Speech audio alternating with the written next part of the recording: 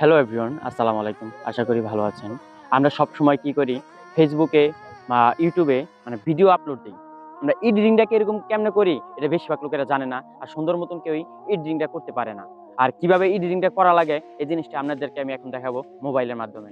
কোন অ্যাপস দিয়া এডিটিং করবেন, লোগো দেখা যাবে না, সুন্দর এডিটিং হবে। তাহলে আপনারা সুন্দর মতন সবসময় কনটেন্ট ভিডিও মাঝে, মাঝে সুন্দর উপহার দিতে পারবেন সবাইকে।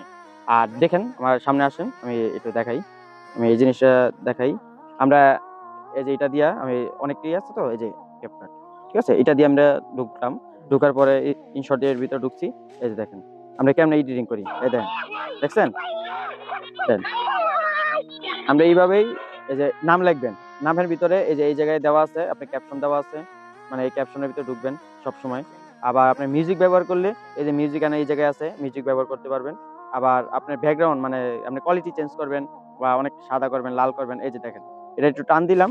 ঠিক আছে? টান দেওয়ার পরে দেখেন অনেক সুন্দর মানে হইতাছে। আবার আপনি যদি সাদা বানাইতে চান, সাদা হইব। মানে এই জিনিসটাই মানে এরকম করেই আপনারা সবসময় কন্টিনিউ মানে এডিটিং করবেন। আর এডিটিংটা কি নতুন অবস্থায় যদি আপনারা কইরা লান তাহলে আপনারা মানে সহজে মানে অনেক কিছু বুঝবেন না। আপনারা আস্তে ধীরে সময় নিয়ে এই অ্যাপসটা সবসময় ব্যবহার করবেন।